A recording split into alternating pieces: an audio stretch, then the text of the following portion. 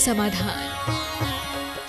नाथ भगवान की जय जय जय। बोलिए प्रातः स्मरणीय संत शिरोमणि परम पूज्य एक स्वादाचार्य गुरुवर विद्यासागर जी महामुनि राज की जय जय जय। बोलिए गुणायतन प्रणेता संका संधान प्रवर्तक भावना योग प्रवर्तक प्रखर वक्ता परम पूज्य 108 मुनिवर श्री प्रमाण सागर जी मुनि महाराज की जय जय जय। परम पूज्य 108 मुनिवर श्री अरह सागर जी मुनि महाराज की जय जय जय। उपस्थित धर्म श्रद्धालु सज्जनों, माताओं एवं बहनों, जैसा कि आप सबों को विदित ही है कि पूज्य गुरुदेव का मंगलमय प्रवास सागर के भाग्योदय तीर्थ में चल रहा है और आज के संघ का समाधान कार्यक्रम भाग्योदय तीर्थ के पावन परिसर में आयोजित है। आज के संघ का समाधान के कार्यक्रम में को जो लोग देश के विभिन्न स्थानों में अपने दूरदर्शन सेट पर पारस चैनल, जनवाणी चैनल, प्रमाणिक ऐप के माध्यम से देख रहे, सुन रहे, आनंद ले रहे हैं, उन सभी का मैं सागर की समस्त जैन समाज और भाग्योदय तीर्थ कमेटी की ओर से हार्दिक हार्दिक अभिनंदन करता हूं। हम लोग चले संघ का समाधान की ओर। इसके पूर्व आज की विषम परिस्थिति में पूज्य गुरुदेव के मंगलमय आशीर्वाद से अपने मनोबल को मजबूत करेंगे। बोली हमारे साथ सब कोई मिलकर नमो श्री गुरुदेव, नमो श्री गुरुदेव, नमो श्री गुरुदेव। बोलिए मुनिवर्षि प्रमाण सागर जी महाराज की। और चलिए गुरुदेव आयुषी जैन सागर से पूछ रही हैं, गुरुदेव हमको मैं बनने में हमें क्षण भर लगता है, पर मैं को हम बनने में अपनी पूरी जिंदगी क्यों निकाल देते हैं? बहुत अच्छा सवाल है। हमको मैं बनने में एक क्षण लगता है और मैं को हम बनने में पूरी जिंदगी क्यों लग जाती है, ये बहुत चिंतनीय बात है। मनुष्य का अधःपतन बहुत आसानी से हो जाता है, लेकिन ऊपर चढ़ना बहुत कठिन होता है। हमको मैं बनने के लिए उसे अकड़ना पड़ता, अकड़ना जमना है। जमने में ज़्यादा कठिनाई नहीं होती, लेकिन पिघलना बहुत कठिन होता है, और वह भी लोहे जैसे धातु का पिघलना। मनुष्य का चित्त कुछ इसी तरह से कठोर बना हुआ है, और कठोरता के संस्कार उसमें प्रगाढ़ता से जुड़े हैं। इसके परिणाम स्वरूप वो अहंकारपूर्ण प्रवृत्तियों में ज़्यादा रस लेता है। विनम्रता के गुण उसके अंदर बहुत कठिनाई से आते हैं। लेकिन यदि व्यक्ति अपने वस्तु के स्वरूप को समझ ले, जीवन की वास्तविकता को जान ले, तो मैं से हम में आते एक पल का विलंब नहीं लगेगा। पूज्य गुरुदेव शशांक जैन सागर से पूछ रहे हैं, गुरुदेव कहते हैं कि उम्मीद पर ही दुनिया टिकी है, लेकिन एक तरफ कहते हैं कि उम्मीद ही हमें दुख देती है, या फिर हमारी उम्मीद पूरी न हो तो हम दुखी हो जाते हैं। कृपया समाधान दें। बहुत अच्छा सवाल है। उम्मीद पर ही दुनिया टिकी है, और कह रहे उम्मीद ही दुख देती है और उम्मीद पूरी ना हो तो दुखी होते हैं। देखिए, इसे अलग अलग संदर्भ में समझे। ये बात भी एक अर्थ में सही है कि उम्मीद पर ही दुनिया टिकी है, और ये भी बात है कि हम उम्मीद के कारण ही दुखी हैं। उम्मीद पूरी नहीं होती तो व्यक्ति का मन दुखी होता है। इसे अलग अलग संदर्भ में हम लेकर के चले। मनुष्य के मन में जब तक आशा ना हो, उम्मीद ना हो, तो आगे नहीं बढ़ सकता। इस दृष्टि से मनुष्य को भविष्य को लेकर आशावादी होना चाहिए, और ये आशा मनुष्य को एक प्रेरणा देती है, जिस प्रेरणा के बल पर वो आगे बढ़ता है। यदि मनुष्य के मन में आशा का संचार न हो तो उसके अंदर का उत्साह, उमंग सब खत्म हो जाएगा, और वैसा व्यक्ति फिर पूरी तरह से निष्प्रभ, निस्तेज और प्रभावहीन हो जाता है। उसका पराक्रम भी नष्ट हो जाता है। इसलिए अपने आप को उत्साही बनाए रखना जरूरी है, और उत्साह के लिए आशा का संचार आवश्यक है। लेकिन दूसरी तरफ उम्मीद पूरी न होने पर दुखी होने का, या उम्मीदों के कारण दुखी होने का, व्यक्ति खुद से आशा रखे, खुद से उम्मीद रखे, प्रकृति से किंचित उम्मीद रखे, लेकिन लोगों से ज़्यादा उम्मीद या अपेक्षाएं न रखे। अपने आप से तो उम्मीद हमें हमेशा रखना चाहिए और उम्मीद को पूरी करने की कोशिश भी करनी चाहिए, लेकिन यदि उम्मीद पूरी न हो तो अपने आप को उपेक्षित महसूस न करें। हम किसी से भी कोई अपेक्षा और उम्मीद लेकर के चले, इसमें कोई बुराई नहीं है। बिना अपेक्षा के हमारा जीवन व्यवहार नहीं चलता। आपने ये सवाल पूछा है, इसी उम्मीद से पूछा है कि ये प्रश्न आज चयनित होगा और मुझे इसका उत्तर मिलेगा। आपके अंदर ये उम्मीद थी तब आपने भेजी, अगर ये उम्मीद नहीं होती तो ये सवाल आपने नहीं भेजा होता। तो ये आपके लिए एक प्रेरणा बनी। ये उम्मीद बुरी नहीं है, ऐसी उम्मीद होनी चाहिए, लेकिन मन को ऐसा बना करके रखना चाहिए, भाई भेज रहा हूँ, अगर आ गया तो ठीक, नहीं आया तो उसको लेकर के रोना नहीं। अरे मेरा तो नंबर ही नहीं आ रहा, मैं रोज़ रोज़ सवाल करता हूँ, मुझसे तो पूछा है, मुझे तो मौका ही नहीं दिया जाता। कई लोगों के साथ ऐसा होता है। तो कईयों के साथ ऐसा होता है जो हम एक दूसरे के साथ एक्सपेक्टेशन रखते हैं, उम्मीद रखते हैं। यथासंभव उम्मीदों की पूर्ति भी होती है, पर यदि कदाचित न हो तो हम अपने आप को उपेक्षित मानना बंद कर दें, दूसरे की उपेक्षा न करें, और हमारी कहीं से अपेक्षा की पूर्ति न हो तो स्वयं को उपेक्षित महसूस न करें। जो खुद उम्मीदों को पूर्ण न होने पर अपने आप को उपेक्षित महसूस करते हैं, वे बड़े दुखी और हताश हो जाते हैं। इसलिए हमें इससे बचना चाहिए। हमारा काम है कर्म करने का, फल को प्रकृति पर छोड़ देना चाहिए। कर्मण्येवाधिकारस्ते ना फलेषु कदाचन की उक्ति को जीवन में चरितार्थ करना चाहिए। पूज्य गुरुदेव, रमेश कुमार जैन लिंक रोड सागर से पूछ रहे हैं, गुरुदेव मेरी 2 बेटियां हैं, अनर्घ्या और मीमांसा।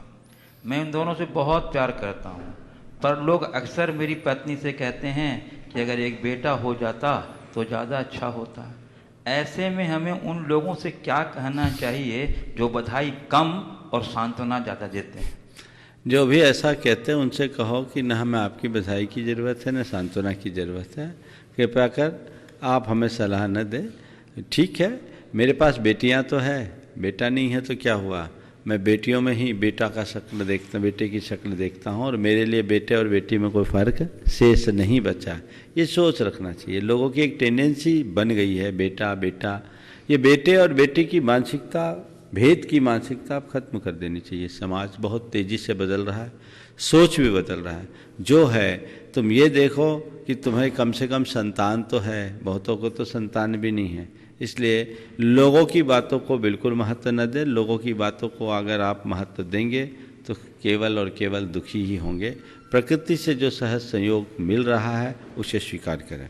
पूज्य गुरुदेव, वैभव पाटनी स्मृति नगर इंदौर से पूछ रहे हैं, गुरुदेव लोग कहते हैं कि हाथों की लकीर सब कुछ बता देती है, पर जिसके हाथ में लकीर ही न हो तो क्या करें? लकीरों के न होने का रोना रोए, या फकीरों और संतों की वाणी के विश्वास के साथ रहे और लकीर का फकीर न बने? बिल्कुल ठीक है। मैं तो ये कहता हूँ, जिनकी हाथ की लकीर नहीं है वो भी अपना कुछ न कुछ भाग्य तो लेके आते हैं। मैं तो ये कहता हूँ भाग्य तो उनका भी होता है जिनके हाथ नहीं होते। इसलिए लकीर के फकीर न बने। हमारे गुरुदेव हमेशा कहते हैं, पंजा नहीं बाहु देखो, उद्यमी बनो, पुरुषार्थी बनो, जीवन को आगे बढ़ाओ। पूज्य गुरुदेव, पीयूष जैन रिद्धि सिद्धि स्टोर सागर से पूछ रहे हैं, आजकल घरों में माचिस की तिल्ली की जरूरत नहीं होती क्योंकि लोग एक दूसरे को देखकर जलते हैं। ऐसा क्या करें कि अगर जलना ही हो तो दीपक की तरह जलें ताकि खुद वो औरों को रोशन कर सकें? नमोस्तु भगवान समाज करें। बहुत अच्छा सवाल है। जलना हो तो दीप सा जले जो प्रकाश फैलाए, खुद के साथ औरों को फैलाए। धुएं की बाती न जले। लोग आजकल धुंधा धुंधा के जल रहे हैं, और ये बात सही है। जो ईर्ष्या की आग में जलते हैं वो सामने वाले को जला पाए न जला पाए, खुद तो जल ही जाते हैं। माचिस की तिली को भी देख ले, माचिस की तिली दूसरों को जलाने के लिए जलाई जाती है, पर जलना उसे खुद को पड़ता है। ईर्ष्या की आग मनुष्य के जीवन को विनष्ट करने वाली है, उसका सर्वनाश करने वाली है। वो हमारे आंतरिक ऐश्वर्य को लील जाती है। हमें इससे बचना चाहिए और जीवन की वास्तविकता को समझते हुए प्रेम और सद्भाव का विकास करना चाहिए। पूज्य गुरुदेव, शिखर कुमार जैन सेवानिवृत्त पोस्ट मास्टर गंज बसौदा से पूछ रहे हैं, गुरुदेव मुरारिया गांव में मेरी खेती है। एक बार चने की खेती में इल्लियाँ हो गई, कीटनाशक का प्रयोग न करने चने के झाड़ छोटे रह गए। ग्रामीणों ने मेरा मजाक उड़ाया। धर्मात्मा की खेती देखो, कुछ दिनों बाद पानी गिरा और फसल ग्रामीणों से अधिक निकली। सभी ने आश्चर्य माना। मकान भी पानी छान कर बनवाया। ऐसा अनाज खाने और मकान में रहने से धार्मिक एवं स्वास्थ्य क्षेत्र में क्या प्रभाव पड़ता है, कृपया समाधान दे। भावना योग से जो आत्मानुभूति का आनंद खूब आया है, पर अधिक समय तक नहीं रहता, कृपया समाधान। देखिए, ये तो बहुत अच्छा उदाहरण दिया कि चने की फसल में इल्लियाँ लगी, लोगों ने कीटनाशक डाला, इन्होंने नहीं डाला। लोगों की फसलें फिर भी नष्ट हुई और इनके प्रकृति ने वरदान किया, बारिश हुई, इल्लियाँ नष्ट हो गई और फसल अच्छी हो गई। तो यह अहिंसा का प्रभाव है और लोगों को एक सीख लेना चाहिए, हिंसा से बचना चाहिए। प्रकृति के साथ छेड़छाड़ करने की प्रवृत्ति से जितनी जल्दी संभव उतनी जल्दी बचने की कोशिश करनी चाहिए। अब हमें धीरे धीरे खेती में अहिंसा को विकसित करना चाहिए। ये जो तरह तरह के वायरस का प्रकोप है, इसके पीछे ये एक बड़ा कारण है। कहीं ऐसा न हो कि कल इस तरह के प्रकोप को भी झेलना पड़े, क्योंकि पूरी धरती आज बंजर हो रही है। एक बात लोगों को ध्यान में रखना चाहिए कि तुम्हारे द्वारा बोया गया बीज नहीं फलता, पुण्य भी फलता है।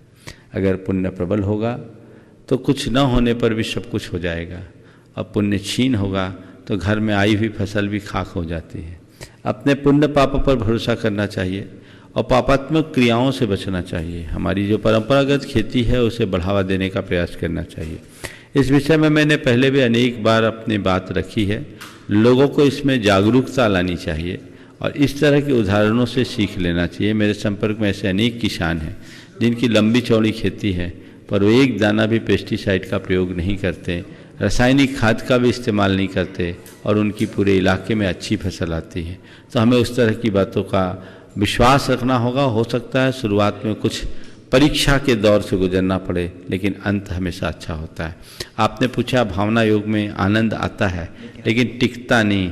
अभी कितने दिन हुए आपको करते? गंजवासोदा गए, उसके बाद शुरू किया होगा। 3 महीने तो कीजिए, तल्लीनता के साथ कीजिए, आपको असर होगा। और भावना योग में जो अफर्मेशन है, जो भी हम कमांड आपको देते हैं, उनको विजुलाइज करते हुए आप अगर बार बार दोहराएंगे तो आपके सबकॉन्शियस माइंड में स्थायी रूप से अंकित होंगे और वो आपके जीवन को नियंत्रित करेंगे, इसमें कोई संशय नहीं।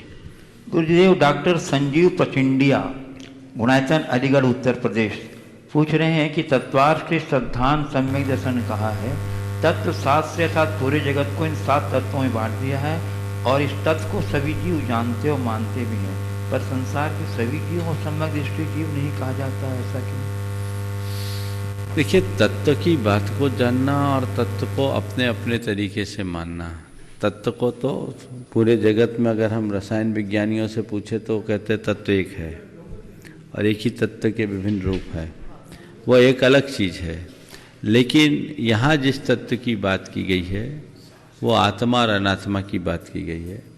आत्मा के वास्तविक स्वरूप को जो जानता है, अनात्मा के वास्तविक स्वरूप को जानता है, वही मोक्ष मार्ग में अग्रगामी बनता है, मोक्ष मार्ग का वास्तविक अधिकारी बनता है। तो तत्व को तत्वतः समझना है। तत्व शब्द से मात्र इसका संबंध नहीं है, तत्व के भाव से संबंध है। जो वस्तु का वास्तविक स्वरूप है, उसका जो सार है, उस पर जब तक हमारा भरोसा और विश्वास नहीं होगा, मैं कौन हूँ, मेरा क्या है, इसका जब तक हमें ज्ञान नहीं होगा तब तक हमारा कल्याण नहीं होगा। और ये तत्व के सिद्धांत से ही संभव। पूज्य गुरुदेव, चंचल कुमार विजय कुमार दगड़े, टोक्यो, जापान से पूछ रहे हैं, मैं जापान से शंका समाधान कार्यक्रम यूट्यूब इंटरनेट से रोज देखता हूँ। आज का युवा और हर आदमी व्हाट्सएप, पिक्चर, मोबाइल, इंटरनेट और टीवी से 24 घंटा जुड़ा है। जाने अनजाने में अपना समय बर्बाद कर रहा है। जैसा कि बताया जाता है कि आप उन 5 लोगों के औसत हैं जिनके साथ आप सबसे अधिक समय बिताते हैं। तो गुरुदेव, हम सब श्रावक जैनी इस बाबत में कैसे सावधानी रखें? देखिए, मैंने इस विषय में कई बार बात की। औचित्य गुण का ख्याल रखें। क्या उचित है, क्या अनुचित है, इसका विचार करें। ये बहुत जरूरी है। हम किसी भी संसाधन का निषेध नहीं करते। मोबाइल, इंटरनेट एक सुविधा है, आवश्यक भी है, इसके लाभ भी हैं। नुकसान उनके लिए है जिनके औचित्य का विचार किए बिना सीमा से अधिक उपयोग करता है। हम हर संसाधन का सीमित प्रयोग करें, उतना ही प्रयोग करें जितना आवश्यक और अपेक्षित है, तो इस तरह की बाधाएं नहीं होती। हमें समझना चाहिए कि हमारा जीवन बहुत मूल्यवान है, समय कीमती है, तो हम उसका दुरुपयोग न करें। हम हर साधन का अच्छा उपयोग करें तो अपनी उन्नति करेंगे। अगर ये मोबाइल, यूट्यूब नहीं होता तो आप ये शंका समाधान भी नहीं सुन सकते और ये सवाल भी आपका फिर यहाँ तक नहीं आता। इसलिए सिरे से इन्हें गलत कहना अच्छी बात नहीं है, लेकिन इनके गलत उपयोग से बचने की प्रेरणा हमें जरूर देनी चाहिए। और ये बच्चे बड़े सबको हमें समझाना चाहिए कि औचित्य पर विचार करो। किसी भी कार्य को करते समय ये देखो कि ये कितना उचित है, कितना अनुचित। पूज्य गुरुदेव, प्रिया अहले जैन यावतमल महाराष्ट्र से पूछ रहे हैं, अगर हमें लगातार असफलता आ रही हो, जीवन में सिर्फ दुखों का सामना हो रहा हो, तो हम अपना मनोबल कैसे मजबूत बनाएं रखें और सफलता पाने के लिए क्या करें? कृपया समाधान दीजिए। देखिए, हमारे एक कहावत है, हार भी जाओ मगर हिम्मत न हारो। असफलता में भी सफलता का बीज छिपा है। आप बार बार असफल हों तो भी घबराइए मत। ये सोचिए, एक बार और, एक बार और, एक बार और। अगर इतनी बात हमारे मन में आएगी तो हो सकता है हम 9 बार असफल हो तो 10वीं बार सफल हो जाएंगे। असफलता से घबराने वाले लोगों के लिए मैं 4 बातें कहता हूं। सबसे पहली बात, उन्हें आशावादी होना चाहिए। मन में हताशा के बादल कभी नहीं छाने देने चाहिए। ठीक है, आज नहीं कल होगा, आज नहीं कल होगा, एक चांस और, एक चांस और, एक चांस और, ये मन में बैठा करके रखना चाहिए। अगर मनुष्य का दृष्टिकोण आशावादी होता है तो निश्चयतः विफलता में भी सफलता प्रकट कर लेता है। अब्राहम लिंकन के बारे में मैंने पढ़ा, उन्होंने अपने जीवन में लगातार 19 बार विफलताएं पाई। लेजिस्लेचर के इलेक्शन से लेकर 22 प्रेसिडेंट तक के इलेक्शन में उनने लगातार हार का सामना किया। इस बीच 2 बार बड़ा एक्सीडेंट हुआ, व्यापार में भारी नुकसान हुआ, पत्नी का वियोग हुआ, लेकिन उस व्यक्ति ने हार नहीं मानी। पूरे जज्बात के साथ लगा रहा और आगे बढ़ा तो जीता, तो सीधे प्राइम मिनिस्टर ऑफ अमेरिका के रूप में जीता। ये हमारे अंदर प्रेरणा होनी चाहिए। हाँ, राष्ट्रपति, प्रेसिडेंट ऑफ अमेरिका हुआ, तो प्रेसिडेंट बना, अमेरिका का राष्ट्रपति बना। तो ये दृष्टि हमारे अंदर होनी चाहिए। ये कभी नहीं सोचना चाहिए कि मैं एक बार विफल हो गया तो दूसरी बार भी विफल होऊंगा, दूसरी बार विफल हो गया तो तीसरी बार भी विफल होऊंगा। नहीं, विफल व्यक्ति ही तो सफल होता है। प्रयास करना चाहिए, आशावादी दृष्टि रखनी चाहिए। दूसरी बात, धैर्य रखना चाहिए, मन में धीरज रखना चाहिए। ये नहीं सोचना चाहिए पेशेंस जितना बनेगा आप पेन से उतना बचोगे, कि नहीं ठीक है, आज नहीं हुआ तो हो जाएगा, हो जाएगा, हो जाएगा। प्रायः लोग जब किसी क्षेत्र में आगे बढ़ने को होते हैं, सफल नहीं होते, असफल हो जाते या वांछित सफलता नहीं मिल पाती तो उनका मन अधीर हो जाता है। इस अधीरता में उनका चित्त उद्विग्न हो जाता है और सोच नकारात्मक बन जाती है। इस नकारात्मकता के कारण वो अंदर से अंदर कुंठित हो जाते हैं और अपनी आत्म क्षमताओं को छीन कर देते हैं।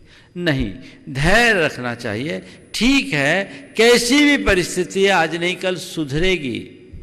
रात लंबी हो सकती है पर शाश्वत नहीं, इस बात का ध्यान रखना चाहिए। मैं आज से करीब 17-18 साल पहले की बात है, मैं एक स्थान पर था, एक युवक आया, 26-27 साल का, बड़ा तेजस्वी युवक, लेकिन कुम्हलाया कुम्हलाया सा चेहरा, हताशा से भरा हुआ। अपना हाथ मेरी ओर आगे बढ़ाते हुए कहा कि महाराज, मेरे भाग्य में सुख है कि नहीं। मैंने देखा और कहा, तुम जैसे युवा को दूसरों के आगे आश्चर्य हो रहा है, तुम ऐसे हाथ क्यों फैलाए। बोले महाराज, बहुत बहुत दुख मैंने झेले, मैंने अभावों में अपना जीवन बिताया। मेरे पिताजी बचपन में गुजर गए और मेरी माँ ने घरों में काम कर करके मुझे पढ़ाया। महाराज, मैं यूपीएससी का एग्ज़ाम दिया हूँ और महाराज जी मैंने अटेम्प्ट कर लिए पर इंटरव्यू से आगे नहीं बढ़ पा रहा हूँ। महाराज जी 3 अटेम्प्ट हो गए लेकिन आगे नहीं बढ़ पाता, इंटरव्यू तक पहुंचा हूं लेकिन हुआ नहीं। मुझे लगता है मैं कुछ कर नहीं पाऊंगा। कभी कभी मन में विचार आता है कि मैं आत्महत्या कर लूं। आप बताइए मेरे साथ कुछ हो सकता है कि नहीं। हमने बोले यूपीएससी में कितने अटेम्प्ट होते हैं। बोले 4 होते हैं। बोले तुमने दिए कितनी बार गए। बोले 2 बार इंटरव्यू में चला गया। हम बोले बताओ, तुम जैसे युवा जो यूपीएससी के इंटरव्यू तक चले गए और हार मान गए, अभी तो 1 अटेम्प्ट बाकी है। महाराज कठिनाई होती है, खर्च नहीं निकलता है, कैसे करे, बहुत सारी समस्याएं। उसने अपना रोना शुरू किया। वो एकदम हार चुका था, उम्मीद छोड़ चुका था कि मैं इंटरव्यू में 2 बार चला गया, अब मेरा सिलेक्शन नहीं होगा। मैंने उसे झकझोरा, एकदम अंदर से हिलाया और कहा कि तुम दूसरों पर परमुखापेक्षी बन रहे हो। अरे जीवन चलाने के लिए तो रिक्शा वाला भी अपना जीवन चला लेता है, अखबार बेचने वाला भी अपना जीवन चला लेता है। तुम अगर चाहो तो लोगों को ट्यूशन पढ़ा करके भी अपना जीवन चला सकते हो। हिम्मत क्यों हार रहे हो। ठीक है, तुम कम ये क्यों सोचते हो कि मेरा सिलेक्शन नहीं हुआ, ये क्यों नहीं सोचते हो कि कम से कम मैं इंटरव्यू तक तो चला गया। लाखों में कुछ 100 ही तो इंटरव्यू आते हैं। मैंने पूछा कितने। बोले जितनी वैकेंसी होती है उससे 3 गुने इंटरव्यू में जाते हैं। बोले वहाँ तक पहुँच, एक मौका और है, हिम्मत करो और तुम काम करो। उसकी अपेक्षा थी कि मैं उसे कुछ मदद करवा दूं और मेरी मदद से वो पढ़ लिख करके अपना काम कर ले, पर मैंने उसे भी उचित नहीं समझा। मैंने उससे कहा कि तुम हिम्मत करो, तुम में इतनी प्रतिभा है, कुछ नहीं है तो तुम ट्यूशन पढ़ाओ या अखबार बेचो और जाओ, ये आखिरी प्रयत्न तुम्हारा बचा है, तुम फिर से एग्जाम दो। वो मेरे पास अगस्त महीने में आया था। फिर से उसने तैयारी शुरू की और आखिरी अटेम्प्ट दिया और आप सुन करके आश्चर्य करेंगे, उस व्यक्ति का यूपीएससी में सिलेक्शन हो गया। आज वो एक कस्टम विभाग का उच्च अधिकारी है। तो कहने का तात्पर्य रखें तो हार करके भी बाजी जीती जा सकती है। ये लोगों को सोचना चाहिए, कभी घबराना नहीं चाहिए। ऐसे अनेक लोगों के साथ होता है। तीसरी बात, सकारात्मक सोचना चाहिए। व्यक्ति जब सोच नकारात्मक हो जाती है तो कुछ नहीं कर पाता और सोच सकारात्मक होती है तो उसका उत्साह बना रहता है। तो अपनी सोच को सकारात्मक रखिए, आगे बढ़िए और सबसे मौलिक बात है आत्मविश्वासी बनिए। अपना आत्मविश्वास न खोने दें। अगर आपके अंदर आत्मविश्वास प्रबल होगा तो कितनी भी विफलता होगी, नहीं आज नहीं कल मैं सफल होऊंगा। और हमें आपके जाकर के सोहन लाल द्विवेदी की इन पंक्तियों को याद करना है, कोशिश करने वालों की कभी हार नहीं होती। बस ये हम अगर घबराने से नैया पार नहीं होती, कोशिश करने वालों की कभी हार नहीं होते, इन पंक्तियों से प्रेरणा ले और लगातार आत्मविश्वास से लबरेज होकर के काम करें तो निश्चित सफल होंगे।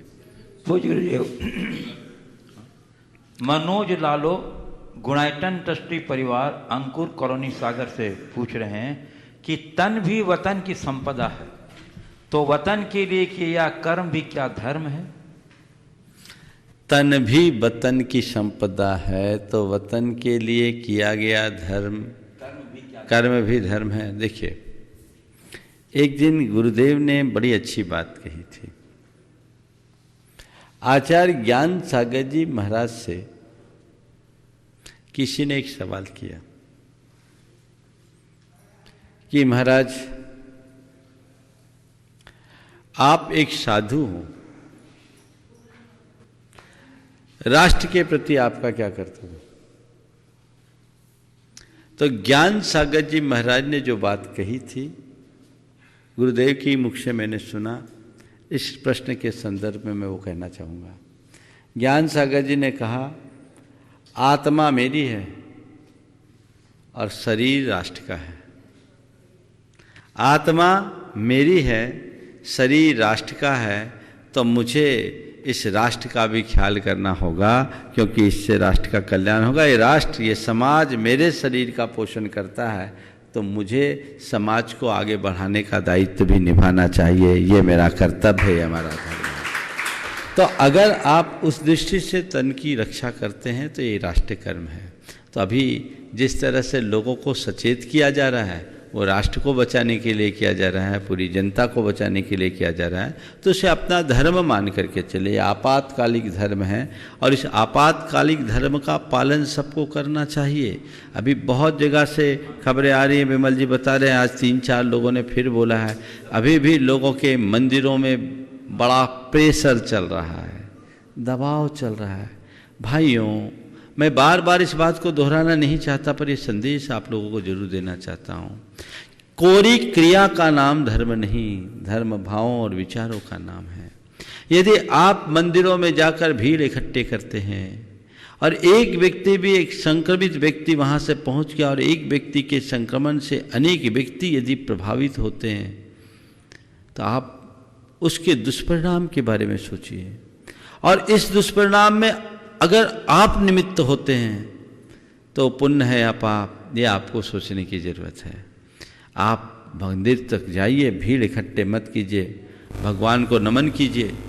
ऐसे दौर में सरकार के निर्देशों का पालन कीजिए, अर्घ भी मत चढ़ाइए, क्षमा मांग लीजिए, हे प्रभु ये कैसी आपदा आई है कि हम आपकी पूजा से भी वंचित हो रहे हैं। ऐसा आशीर्वाद दो कि शीघ्र ये आपदा संसार से टले, सब में शांति और मंगल हो। और घर बैठे मंगल कामना करते रहिए, घर में खूब पूजा पाठ कीजिए, घर में खूब जाप कीजिए, आप जितना कर सकते कीजिए, पर मंदिरों में भीड़ लगाने की आदत से बाज आइए। ये समय की आवश्यकता है, इसे बहुत गंभीरता से सोचना चाहिए। इससे पहले कि प्रशासन के अधिकारी आप पर दबाव डालकर मंदिर में ताला लगवाए, मंदिर के प्रबंधकों को खुद ऐसी व्यवस्था सुनिश्चित करनी चाहिए कि मंदिर की पूजा अर्चा व्यवस्थित तरीके से प्रतीकात्मक रूप से 1-2 लोग कर ले और बाकी लोग आपातकालिक इस स्थिति को एक आपदा मानकर, एक उपसर्ग मानकर घर में बैठे और प्रार्थना करे, भक्ति करे, पूजा करे, आराधना करे। यही इसका सबसे अच्छा प्रयोग होगा। पूज्य गुरुदेव ज्ञान जैन झाजरी मुंबई से पूछ रहे हैं, महाराज श्री शंका समाधान के प्रोग्राम में आपके उत्तरों से मुझे प्यार हो गया। आपकी याददाश्त शक्ति जबरदस्त है, किसी का भी नाम या कोई भी उदाहरण आप सटीक देते हैं और इतना अपडेट कैसे रहते हैं, जबकि आप न तो मोबाइल पास में रखते हैं न ही टीवी देखते हैं। जिज्ञासा यह है कि क्या इतना ज्ञान का भंडार आपकी साधना में बाधा नहीं देता है, जबकि ध्यान निर्विचार निर्विकल्प की अवस्था का नाम है, हमें तो हल्का होना है। आप इन दोनों को एक साथ कैसे कर पाते हैं, क्या यह संभव है? कृपया मार्गदर्शन दें। देखिए, बात ऐसी है, ज्ञान तो हम सबके पास अनंत है, आपके पास भी है, हमारे पास भी है, सबके पास भी है। पर अंतर केवल इतना है कि आपकी फाइलें बंद है और मेरी फाइल फट से खुल जाती है, और मैं जो फाइल खोलना चाहता हूं वही खुलती है। आपको फाइलें खोलने के लिए प्रयास करना पड़ता है, तो वो प्रयास आपके लिए एक आयाम बनता है जो कष्टकारी होता है, बोझ बनता है। पर मुझे तो इसके लिए कुछ प्रयास करना ही नहीं पड़ता, वो सहज और निष्प्रयास है। इसे कहते हैं मेंटल फाइलिंग। ये एक प्रकार की प्रतिभा है। आप जिस कला में निष्णात हो जाइए। मैं जितनी देर आप लोगों के बीच मुखातिब होता हूँ उतनी देर वो फाइल खुलती है, उसके बाद फाइल बंद होते ही जब अपने में आता हूँ तो वो फाइल खुल जाती। बस ये कला विकसित होनी चाहिए हर मनुष्य के भीतर कि जब जहाँ जितना प्रसंग है उसमें अपनी भागीदारी दो, फाइल बंद करते ही उसे भूल जाओ, उसे अपने दिमाग का बोझ मत बनने दो। यही आध्यात्मिक उपलब्धि है। तो जब मैं ध्यान में होता हूँ तो अपने में होता हूँ, जब आपके बीच होता हूँ तो आपकी बात करता हूँ, लेकिन जहाँ जिसके संदर्भ में जितनी बात करनी उतनी ही करता हूँ। मैं अपने दिमाग में किसी प्रकार का दबाव महसूस नहीं करता, क्योंकि मुझे इसके लिए अतिरिक्त प्रयत्न करने की ज़रूरत ही नहीं पड़ती। तो ये भी एक मेंटल फाइलिंग की आर्ट है, आप लोग भी डेवलप कीजिए। कई लोग होते हैं घरों में चीज़ें रखते हैं, बड़े संभाल के रखते हैं, जब बोलो तुरंत निकाल देते हैं। और कई लोग ऐसे होते हैं एक चीज़ खोजने के लिए छोटी सी भी चीज़ है तो पूरा घर ही डालते हैं। आप लोगों की आदत कैसी है आप जानिए, मैं तो वही निकालता हूं जो मुझे निकालना है। पूज्य गुरुदेव डॉक्टर दिनेश कुमार जैन चक्रघाट सागर से चक्राघाट सागर से पूछ रहे हैं, महाराज जी दान दिया मंदिर को, मस्जिद को और गिरजा घरों को, और आज महामारी के दौर में सबके दरवाजे मानव जाति को बंद हो गए। दरवाजे खुले तो सिर्फ हॉस्पिटल के, तो मानव जाति को समझना चाहिए कि दान की जरूरत कहाँ उचित है और कहाँ देना चाहिए। देखिए ये बात जो है थोड़ा समझने की है। धर्म स्थानों में दिया गया दान उसका अपना महत्व है, उपयोग है। आपने जो कहा कि आज सारे धर्म स्थान के दरवाजे बंद हो गए हैं और हॉस्पिटल के दरवाजे खुले हैं, बिल्कुल हॉस्पिटल की उपयोगिता है जो हमारे जीवन निर्वाह के लिए ज़रूरी है। लेकिन एक बात कभी नहीं भूलना चाहिए कि हमारी धर्म की आस्था ही एक ऐसी आस्था है जो इस विपदा में भी हमें टिकाए हुए है।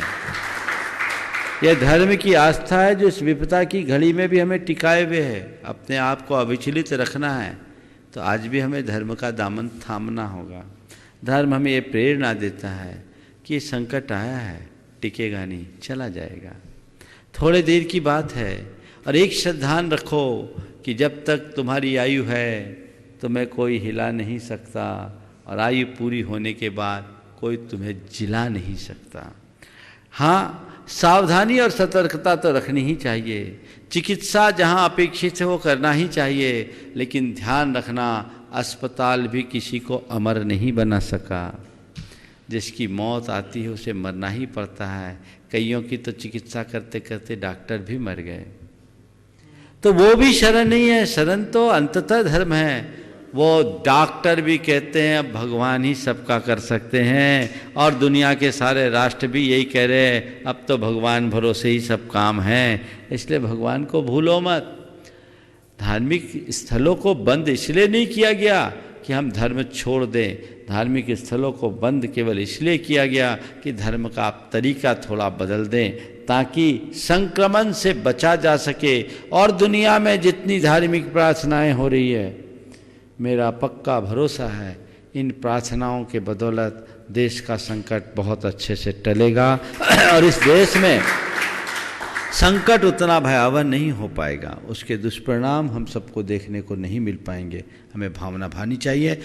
जहाँ तक अस्पताल आदि की बात है, इसकी भी हमें पूरी व्यवस्था करनी चाहिए, अपडेट करना चाहिए। ये हमारे लौकिक जीवन के निर्वाह के लिए, वर्तमान जीवन के संभाल के लिए एक सबल आधार है जिसकी आवश्यकता है। और हमारी समाज में हमेशा ऐसे कार्यों के लिए उत्साह भी रहा है, तो वो भी रहना चाहिए। और धार्मिक प्रेरणा तो हमारा प्राण है जो हमें जीवित रखे हुए, संभाले हुए, उसे कभी भूलना नहीं चाहिए। पूज्य गुरुदेव अजीत जैन, नीतू भैया, डायरेक्टर भाग्योदय सागर, वे पूछ रहे हैं गुरुदेव महाराज जी आज चारों तरफ नकारात्मकता का वातावरण है, सभी भयभीत हैं, कोरोना के ये विभीषिका से लोग त्रस्त हैं और इसके लिए बाह्य उपचार के लिए तो बहुत कुछ हो रहा है, परंतु गुरुदेव इस स्थिति में मन की मजबूती के लिए क्या उपाय होना चाहिए, कृपया मार्गदर्शन दें।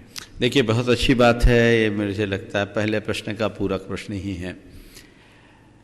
अस्पताल तुम्हारे तन को ठीक कर सकेगा, पर मन को तो तुम्हारा धर्म और अध्यात्म ही ठीक कर सकता है।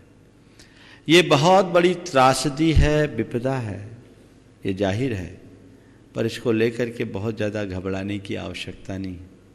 सतर्क रहो, सावधान रहो, पर अंश मात्र भी घबराओ मत, क्योंकि इस धरा पर ऐसे न जाने कितनी बड़ी बड़ी विपदाएं आई और चले गई, तो भी यह सृष्टि जो कि तो है।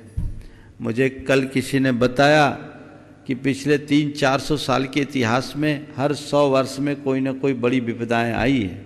ये प्रकृति है, प्रकृति अपना रंग बदलते रहती है।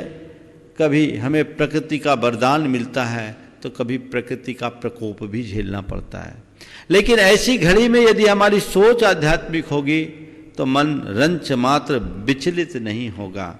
हमें ये सोचना चाहिए ये जो प्रकोप है वो तन पर है, हमारी चेतना में नहीं। मैं शरीर नहीं, मैं आत्मा हूं। जन्म शरीर का होता है, मरण शरीर का होता है। आत्मा का न जन्म है न मरण, ये भेद विज्ञान रखो।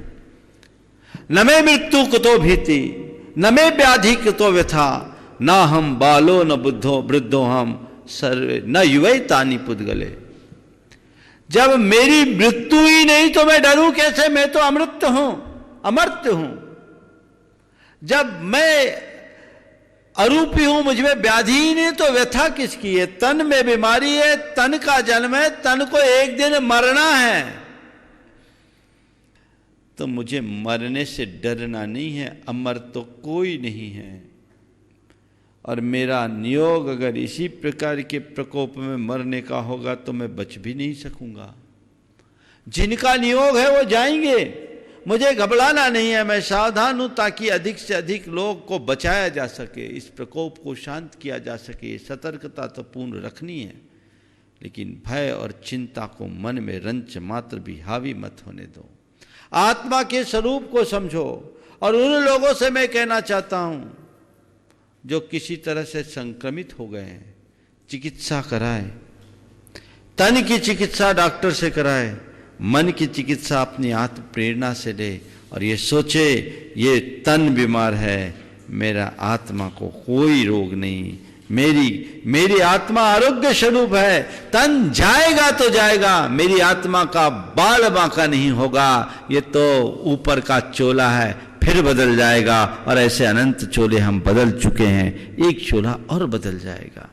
ये नियोग अगर ऐसा है तो ऐसा हो जाने दो। इसको लेकर के घबराने की कोई लाभ नहीं है। ये संसार है, जब जाना होता है तो सब चले जाते हैं, बचना होता है तो सब बच जाते हैं। बहुत सारे ऐसे प्रसंग आए, दूध पीता बच्चा बच गया, माँ बाप चले गए। ये तो प्रकृति है। एक बात ध्यान रखना, समय घाव देता है तो समय ही घाव भरता है। ये संसार है, संसार में ऐसा होता है, इसलिए इन सब चीज़ों से घबराने की जरूरत नहीं है। हाँ, ऐसे समय में हम अपनी सोच को सकारात्मक बनाएं, मन के भय को दूर करें, मंगल भावना भाएं, सारे संसार में, सारी सृष्टि में सकारात्मकता का संचार करें। हम अच्छे परमाणुओं को, अच्छी तरंगों को अपनी तरफ से प्रेषित करें, तो उससे वातावरण अच्छा होगा। आशावादी बने, ठीक है ये प्रकोप है, थोड़े देर में ठीक हो जाएगा, ठीक हो जाएगा। हे भगवान, जल्दी ये प्रकोप शांत हो, पूरे विश्व के लोगों को राहत मिले, शांति मिले, ये भाव रखो। क्या बताऊं, आज पूरे देश में इसको लेकर के तो बहुत चर्चा है, और वो इसलिए करनी पड़ रही है कि लोग जागरूक नहीं हो रहे हैं। मीडिया शायद इसीलिए इसे ज़्यादा जोर दे रहा है, ताकि लोग जागरूक हों, और आपके अंदर जागरूकता होनी चाहिए। सरकार के द्वारा जो निर्देश आप सबको दिए जा रहे हैं उनका पालन करना चाहिए, लेकिन इसके साथ साथ आध्यात्मिक प्रेरणा भी हमें मिलनी चाहिए जो हमें मजबूती दे सके। उन लोगों के बारे में सोचो जो आज इस संक्रमण के दौर से गुजर रहे हैं, चाहे वो भारत के वासी हों या भारत से बाहर के। उनका मनोबल जगे, उन तक ये प्रेरणा पहुंचनी चाहिए, जिससे इस विपदा का वो दृढ़ता से सामना कर सके। अगर इस तरह की आध्यात्मिक दृष्टि होगी तो बहुत लाभ होगा। डॉक्टरों को भी मैं आशीर्वाद देता हूं कि वो तन मन से अपना सर्वस्व समर्पित करके इस अभियान में जुटे हुए हैं, प्रशासन के लोग भी जुटे हुए हैं। आप लोगों को चाहिए कि उनको सहयोग दें, लेकिन एक बात ध्यान रखना, प्रकृति के आगे मनुष्य के हाथ बहुत छोटे हैं। हम इतना भर करें कि विकृति ना फैलाएं किसी भी प्रकार की, चाहे वो अफवाहों के मामले में हो या अन्य मामले में हो, तो ये भी हमारे लिए बहुत बड़ी उपलब्धि होगी। पूज्य गुरुदेव, अब कुछ यहाँ उपस्थित महत्वपूर्ण जिज्ञासुओं को मैं आमंत्रित करना चाहता हूँ। सर्वप्रथम श्री मुकेश जैन ढाना, पत्रकार, जो गुणायतन ट्रस्टी हैं, सागर, और उसके बाद हमारे यहाँ बीच उपस्थित हैं बाल ब्रह्मचारी भैया डी राकेश जी, इंदौर, जिन्हें जैन साइक्लोपीडिया भी कहा जाता है। नमोस्तु भगवान, नमोस्तु भगवान, नमोस्तु भगवान। कल एक प्रश्न मैंने पूछा था और उस प्रश्न में मेरा आशा ये था कि पिछले 3 दिनों से बाजार बंद हैं, जो गरीब लोग हैं, जो दिन भर अपने मांगने कमाने का काम करते हैं, उनको भोजन की व्यवस्था नहीं हो पा रही है। पहले दुकानों पर जाकर वो मांगते थे, उस पैसे से अपना उपयोग करके भोजन करते थे, इत्यादि जो भी उनके दैनिक काम थे वो करते थे। आज जब मैं निकल रहा था सिटी में से यहाँ आ रहा था, तो बहुत सारे कुत्ते आदि जानवर मैंने देखे जो इधर उधर मुंह लगा देख रहे थे कि मेरे लिए भोजन की व्यवस्था हो जाए। तो इस मंच के माध्यम से, शंका समाधान के माध्यम से मैं आपसे निवेदन करता हूं कि लोगों तक मेरी इस बात को पहुंचा दें कि जिनके घर के सामने जो भी आए उनको भोजन की व्यवस्था हो। साथ ही ऐसे संगठन जो लगातार सेवा के क्षेत्र में आगे आते हैं, वो गरीबों के हित में क्या कर सकते हैं, उन्हें भोजन कराएं, इसका मैं आपसे आशीर्वाद चाहता हूं। तो देखिए, हमारे यहाँ एक कहा गया है, और भी कोई, नवीन भंडारी का यही आपसे क्वेश्चन है, कंज बसौदा। अच्छा, दीन दुखी जीवों पर मेरे ओर से करना स्रोत बहे, क्लिष्टेषु जीवेषु कृपा परतम। हमारे अंदर की मूल भावना है, धम्मो दया विशुद्धो, हमेशा कभी भूलना नहीं चाहिए। ये तो लोगों को करना ही चाहिए। हम आज साधन संपन्न हैं, इस विपदा की घड़ी में भी बहुत अच्छे से अपना काम चला रहे हैं। हमें उन लोगों को देखना चाहिए जो दिहाड़ी मजदूर हैं, जो दूसरों पर आश्रित हैं, जिनको आज खाने के लाले हैं, उनके सहयोग के लिए आगे आना चाहिए। मैं ये सलाह तो नहीं दूंगा कि आप अपने दरवाजे पर आए व्यक्ति को भोजन कराएं, पर यह जरूर कहूँगा, क्योंकि उससे संक्रमण की संभावना है और सरकार भी ऐसा नहीं चाहेगी, पर ऐसी कुछ सुव्यवस्थाएं सामाजिक संगठनों को आगे आकर और जैन समाज को भी इस क्षेत्र में आगे आकर करना चाहिए, जिसमें शासन की मदद लेकर लोगों के लिए ऐसी भोजनशालाएं चलाई जाए जहां पूरी तरह सुरक्षित भोजन और शुद्ध भोजन मिल सके, जहां संक्रमण का कोई संभावना नहीं है। मुझे मालूम पड़ा बहुत सारे लोग कर रहे हैं, सागर में भी, मखरोनिया में लोग कर रहे हैं, ललितपुर में भी इस काम को कर रहे हैं, और देश की अनेक जगहों पर जैन समाज के द्वारा इस तरह के उपक्रम चलाए जा रहे होंगे। और हमें बढ़ चढ़ करके जिला प्रशासन से मिलकर, स्थानीय प्रशासन से मिलकर योजनाबद्ध तरीके से ऐसे लोगों के कार्य करने चाहिए, जिसमें पशु पक्षी भी हों और दीनहीन प्राणी भी हों। हमें उदारता से उनका काम करना चाहिए। और एक बात और मैं लोगों को कहूँगा, जिनके यहाँ जो भी दिहाड़ी मजदूर रहे हैं, आपने अपना कारोबार बंद कर दिया, आप उनको कुछ न कुछ भत्ता जरूर दें, ताकि उनके घर का चूल्हा जल सके, वो सुखपूर्वक अपना निर्वाह कर सकें, वो भूखे न रह सके। मैं सारे तीर्थ क्षेत्रों में काम करने वाले, मंदिरों का निर्माण कार्य करने वाले लोगों के लिए भी, वहाँ के ट्रस्टों से ये कहना चाहूँगा कि आपने काम तो बंद कर दिया, उन मजदूरों का क्या होगा? उनको एक भत्ता देना चाहिए। मुझे बड़ी प्रसन्नता है जब मुझे गुनायतन से सूचना मिली, विनोद जी ने कहा कि हम लोग ऐसा सोच रहे हैं कि वहाँ रहने वाले जो कर्मचारी काम बंद कर रहे हैं, उनको हम एक भत्ता देना चाहते हैं। हमने कहा इससे अच्छा काम नहीं होगा। जो मंदिर बना रहा है वो भूखे रोए, भूखे सोए, ये कतई उचित नहीं होनी चाहिए। हम थोड़ा सा 2 पत्थर कम लगा लेंगे, थोड़ी कार्विंग कम कर लेंगे, लेकिन इनको भूखे नहीं रहने देंगे। हमें उनकी दुआएं लेनी है। और ये सारे देश में जहाँ जहाँ काम चल रहा है, मैं उनको ये संदेश देना चाहता हूँ कि अपने कारोबार में, अपने कार्यस्थल में या धर्म क्षेत्रों में कोई भी व्यक्ति है, हम मानवीय दृष्टि से उनके सहयोग के लिए अपने हाथ आगे बढ़ाएं और उन्हें सबल बनाएं।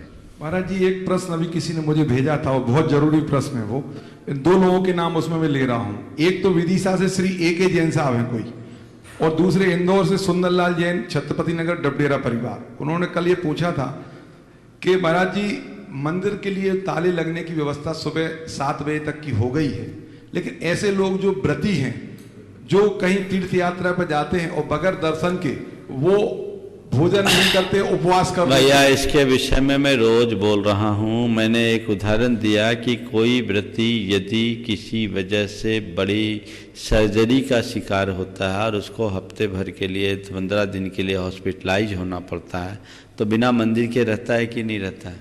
खाता पीता है कि नहीं? बाद में प्रायश्चित लेता है। कहते आपत्ति काले मर्यादा नास्ति। ये राष्ट्रीय नहीं वैश्विक आपदा है।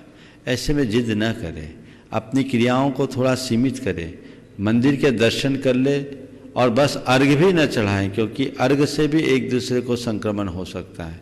एक आध आदमी जो मंदिर में व्यवस्थित है विधिवत पूजन अभिषेक करे, लोगों को गंधोदक सुलभ करा दे, वो भी चम्मच से एक सुरक्षात्मक तरीके से, प्रतीकात्मक रूप में। बाकी घर में धर्म ध्यान करे, भावना भाई, जो उपसर्ग निकल जाए तो उसका प्रायश्चित लेकर अपने आप को ठीक कर ले, यही ठीक है। घर में आप करें और जो द्रव्य चढ़ाए वो पक्षियों को चुग्गा के रूप में चला दे, उसे किसी और को देने, तो एक व्यवस्था होगी। और इसमें अब ज़्यादा जिद नहीं करना चाहिए। हाँ, और टीवी पर देख ले, रोज कल से, आज से ही शुरू हुई, 8:20 से 8:26 तक शांति धारा आप सबको देखने को मिलेगी। उसके बाद शांति मंत्र की जाप, और शांति मंत्र की जाप के बाद भावना योग और प्रासंगिक संबोधन आप सबको मिलेगा। ये 8:20 से 9:40 तक का नियमित कार्यक्रम तो इस मंच से है, और भी महाराज लोगों के माध्यम से आप सबको मिल रहा है, विभिन्न चैनलों के माध्यम से मिल रहा है। आप आपत्ति काल में इसी तरह से कार्य कीजिए और अपना धर्म पूरा निभाइए। ब्रह्मचारिणी बहन डॉक्टर रेखा दीदी साहब, अच्छा हाँ, ब्रह्मचारिणी बहन डॉक्टर रेखा दीदी सागर, उसके बाद ब्रह्मचारिणी बहन उषा दीदी सागर। मुनिदय के चरणों में नमोस्तु। महाराज जी, 2 दिन से भावना योग हम आपके सानिध्य में कर रहे हैं। मैंने अपने जीवन में योग के बहुत से कोर्स किए और बहुतों को योगा कराया, लेकिन जो आपका भावना योग कर रहे हैं, आज तो ये स्थिति थी कि जब उठ कर के समाप्त हो रहा था तब समझ में आया कि हम योग से उठ रहे हैं। इतनी गहराई अंतरंग से जाकर के अनुभूति हुई, तो बहुत ही अच्छा प्रोग्राम हो रहा है। बस मेरा ये कहना है कि कोरोना में जैसे स्टेज आ रहे हैं, हम चाहते हैं बचाव की बातें हमने कर ली हैं, हम चाहते हैं भावना योग में भी आप उसका क्रम बढ़ा दें और आगे आगे उसका बता दें। साथ में आपने उस प्रश्न का हल तो कर ही दिया है, बस यही कहना चाहते हैं कि भावना योग में आगे का भी जो चिंतन है आप बताएंगे निश्चित तौर से, पर मेरा निवेदन है कि वो जरूर करवाएंगे। देखिए, भावना योग पर काफ़ी काम चल रहा है और अभी इन दिनों मैं खाली हूँ तो भावना योग पर ही काम कर रहा हूँ, और सब कुछ ठीक रहा तो कुछ दिनों में आपको भावना योग पर एक नई कृति भी मिल जाएगी। अभी हमारा काम चालू है, काम चल रहा है, उसके कई प्रारूप बन रहे हैं और गहराई में जाने के लिए उनकी अलग अलग व्यवस्थाएं होगी। अभी जो इसका प्रारंभिक चरण है वो सबके लिए लाभप्रद है और ये बहुआयामी है, लोग इसका लाभ लेकर के बहुत अच्छा काम कर सकते हैं। मैं तो यही चाहूँगा, अगर ये प्रयोग सबके लिए व्यवहारिक दिखता है तो इस अभियान का हिस्सा बनो और इसे आगे बढ़ाओ।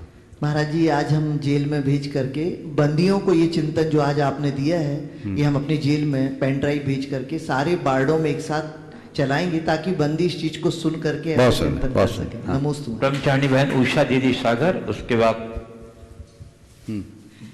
ब्रह्मचारी डी राकेश भैया इंदौर सागर। पूज्य मुनिद्वय के चरणों में बारंबार नमोस्तु नमोस्तु। पूज्य महाराज जी से मेरा एक निवेदन है, सन 86 से हमने आचार्य श्री को मुनि दीक्षा देते देखा है और मुझे ये समझ में नहीं आता कि पूज्य मुनि सुधा सागर जी और पूज्य मुनि प्रमाण सागर जी महाराज जी के ऐसे कौन से विशेष संस्कार आचार्य श्री ने किए हैं जो लोगों के दिल और दिमाग की शंका का समाधान सहजता से ऐसे कर देते कि उसके दिमाग में शंका ही नहीं बसती है। कृपया समाधान दें। कौन से विशेष संस्कार? ये सवाल तो उनसे करना है कि अगर विशेष किया है तो क्यों किया और इन पर ही क्यों किया।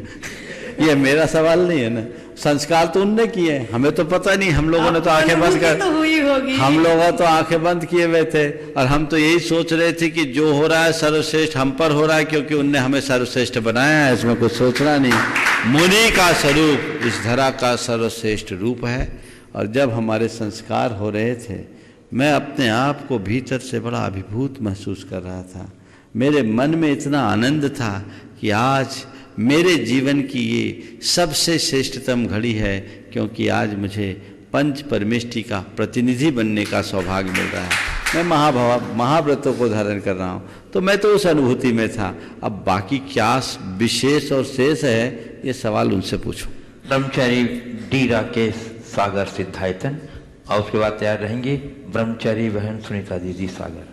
नमोस्तु गुरुदेव। हाँ बोलो बोलो, बैठे बैठे। आपको लगभग 32 साल हो गए दीक्षा लेने के बाद से। आपके 2 रूप दिखाई देते हैं, एक तो दीक्षा के समय का जो मुनि धर्म का रूप है वो, और एक आज जो टीवी का रूप है वो। इन दोनों में कैसे सामंजस्य देखा जाए?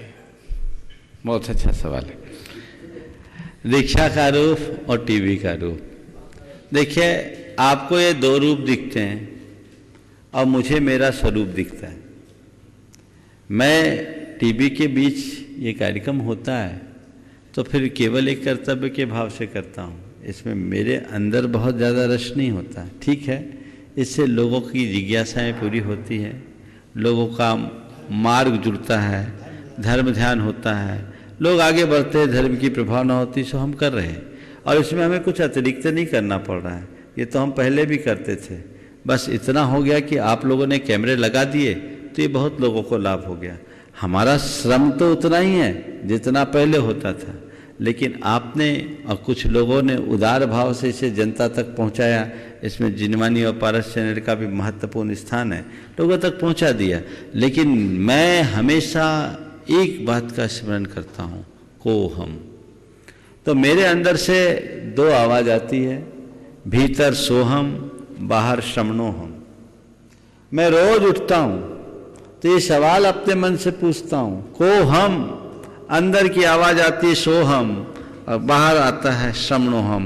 मैं दोनों को मेंटेन करता हूँ और अपने जीवन को आगे बढ़ा करके चलता हूँ, उसी के बदौलत हमारा जीवन चल रहा है। मैं चाहूँगा एक आध प्रश्न और कर लो। अच्छा, एक आध दिन तो पूरा सत्र देंगे।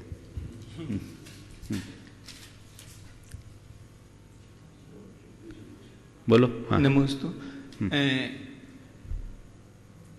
आपको ये शंका समाधान कार्यक्रम शुरू करने की प्रेरणा कैसे और कब प्राप्त हुई है, बताएंगे? देखिए, मेरी मुनि दीक्षा हुई, पिंडरे में चातुर्मास चल रहा था, 1989 की बात। आचार्य भक्ति के बाद लोग बैठे थे, लोग आरती कर रहे, भजन सुना रहे हैं, गीत गा रहे हैं। तो मुझे लगा कि ये समय का सही उपयोग नहीं है, तो मैंने लोगों से कहा एक काम करो, ये समय है आधा घंटे का, आप लोग कुछ पूछो, अगर कुछ पूछना है तो मैं उत्तर देता हूँ। पंडित सुदर्शन जी उस समय थे, वो संचालन करते थे, और लोगों ने पूछना शुरू किया, मैंने उत्तर देना शुरू किया, और तब से हमारा ये शंका समाधान का कार्यक्रम 1989 से प्रारंभ हुआ। उस समय लोग पर्चियाँ देते थे और मैं उन पर्चियों को लेकर के जो प्रमुख प्रश्न होते थे उनका उत्तर देता था। पर्चियाँ तुरंत आती थी, ऐसी छल्ली लग जाती थी, उनमें से जितने का उत्तर बनता था उस समय दे देता था। नवरत चलता रहा। यहाँ सागर में भी पहले आए थे तो आप लोगों को याद होगा, शंका समाधान तो चलता था। तब कैमरे नहीं थे, टीवी नहीं थी, पर हमारे साथ थे ब्रह्मचारी रोहित, जो अभी संघ में संधान सागर जी हो। वो 2007 से मेरे पीछे लगे, बल्कि जब से पारस चैनल आया 2010 से, कि महाराज शंका समाधान का कार्यक्रम लोगों को बहुत अच्छा लगता है, लोगों की रुचि आपके प्रवचन से भी ज़्यादा शंका समाधान में होती है। मैं चाहता हूँ कि इसका लाइव टेलीकास्ट हो, लाइव टेलीकास्ट हो। मैं उन्हें मना करता रहा। उन्होंने हजारीबाग के पंचकल्याणक और विधान आदि में जो लाइव कार्यक्रम हुआ उसमें शंका समाधान लाइव करा भी दिया, और लोगों ने देश भर में सुना, लोगों को बड़ा अच्छा लगा, बहुत अच्छा प्रतिभाव मिला।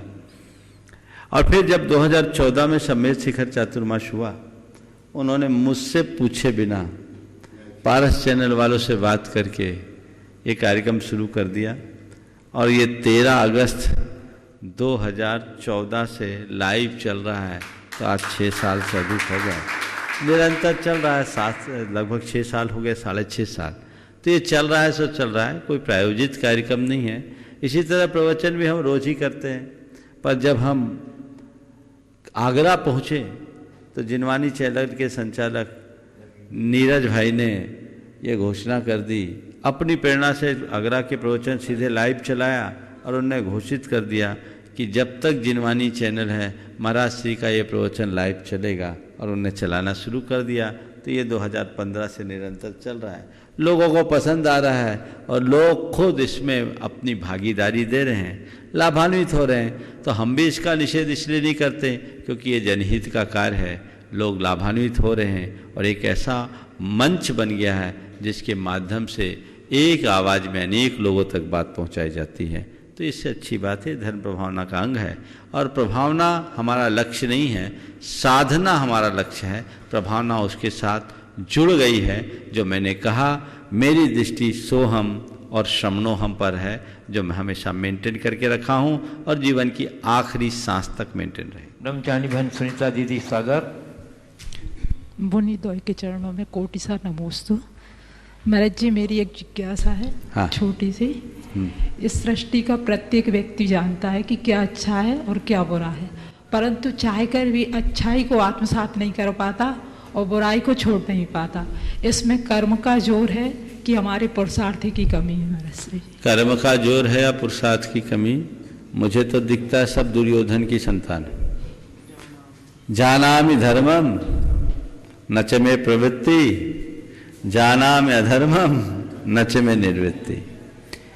कुछ हमारे संस्कारों की कमी, कुछ हमारे पुरुषार्थ की कमी, इन दोनों की कमियों के कारण ऐसा होता है। अगर मनुष्य की अंतश्चेतना जागृत हो जाए तो ऐसा नहीं है कि वो अपनी हित बुद्धि को जगा करके हित के मार्ग में न लगे। हाँ, ये बात भी सही है कि हित के मार्ग में वे ही लगते हैं जिनके पुण्य के संस्कार प्रबल होते हैं। हमें पुरुषार्थ करना चाहिए अपने संस्कारों को प्रबल बनाने के लिए, और अपना स्थान उन लोगों में स्थापित करना चाहिए जिन्होंने अपने जीवन में आचरण को ढाला और जीवन को आगे बढ़ाया। मैं चाहता हूं कि ब्रह्मचारी डी राकेश भैया सागर एक और कोई प्रश्न रखें ताकि लोगों को। आज ऑनलाइन ले लो, एक दिन पूरा उनसे लेंगे। अच्छा, एक सेशन लेंगे कल। एक कोई भी प्रश्न ले लो, छोटा सा। ओम, 1 मिनट बचा, आधा मिनट बचा, रहने दीजिए। एक छोटा सा सवाल कीजिए, या 1.5 मिनट बचा है, मैं एक संदेश दे देता हूँ। देखिए, वर्तमान में आज बहुत सारी चर्चाएं हो रही है, आप सब धर्म ध्यान कर रहे हैं। उन लोगों को जिनकी धार्मिक क्रियाओं में कुछ कमी आ रही है, मन में मायूसी आती है, निश्चित रूप से एक धार्मिक व्यक्ति का धर्माचरण उसका सर्वस्व होता है, और जब ऐसा छूटने लगता है तो तकलीफ तो होती है। लेकिन ऐसी तकलीफ भरी स्थिति में हमें अपने मन को थोड़ा साधना पड़ता है, मन को बांधना पड़ता है। मन को बांधे और घबराए नहीं। हमारे यहाँ नीति है, जब हमारी परिस्थितियाँ अनुकूल न हो तो हम धर्म न छोड़ें, धर्म का तरीका बदल दें। आपसे कोई धर्म नहीं छुड़ाया जा रहा है, धर्म तो हमारे अंदर की आस्था है। हम तरीका बदल दें, और आज तो टेक्नोलॉजी का युग है। टेक्नोलॉजी का उपयोग करके आप घर बैठे धर्म ध्यान कर सकते हैं। आप घर में अभिषेक देख ले, पूजा कर ले, पाठ कर ले, जाप कर ले, प्रवचन सुन ले, आप ये सारा लाभ ले सकते हैं। शांति मंत्र की जाप हमने इसीलिए यहाँ से प्रारंभ कराई कि इस निमित्त से हजारों लोग एक साथ शांति मंत्र की जाप करेंगे तो लोगों को लाभ मिलेगा। हम लोगों की भावना भी यही है कि किसी तरह से विश्व में शांति हो और आप लोग धर्म ध्यान में लगकर अपने मन को शांत कर सके। तो कल से जो कार्यक्रम है 8:20 से सर्वप्रथम शांति धारा दिखाई जाएगी। जो अभिषेक और शांति धारा देखने की इच्छुक है वो देखिए, वहाँ अनुमोदना करें। और उसके उपरांत शांति मंत्र की जाप, शांति मंत्र की जाप के बाद भावना योग और प्रासंगिक संबोधन होगा। इस प्रकार परम पूज्य गुरुदेव के चरणों में नमन अर्पित करते हुए यहीं पर विराम। बोलिए परम पूज्य आचार्य गुरुवर श्री विद्यासागर जी।